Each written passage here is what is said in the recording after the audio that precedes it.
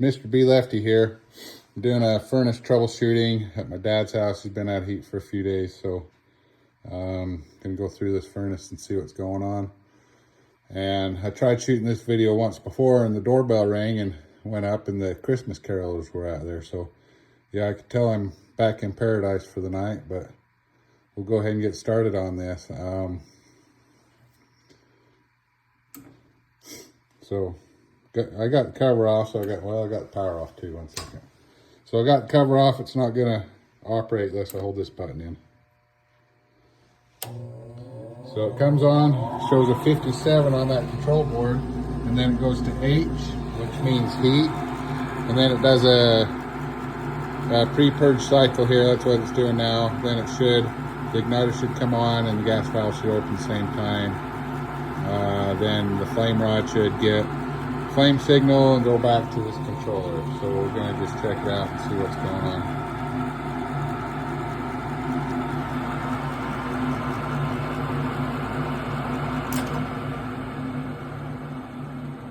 So it shut down at the ignition cycle, and we'll go ahead and try again. I'm gonna let my finger off the button there, so it will settle down.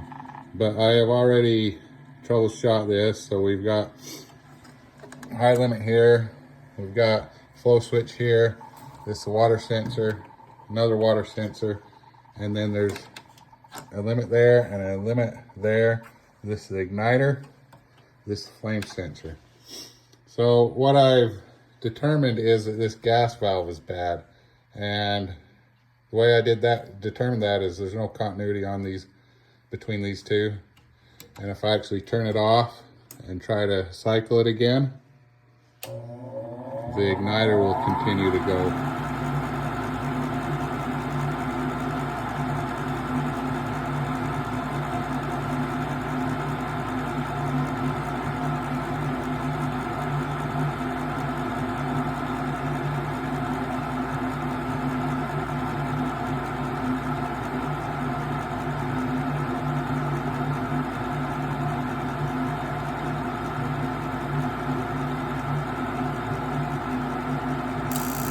So there's the igniter, you can hear it.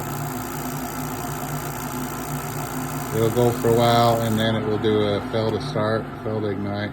So, and to test like this high temperature cutout, you should have continuity between it. Same with this one here, you should have continuity. And this one you should have continuity when the fan is running, and it should be open when the fan is off. And then this sensor right here, it's high limit cutout, that should have continuity through it. So really, they're pretty easy to troubleshoot, and if you understand electrical, you should be able to repair your own furnaces. So I've got a new gas valve here. I'll go ahead and put that in, and I guess if I'm right, I'll post this video. If I'm wrong, I won't. We'll see you later.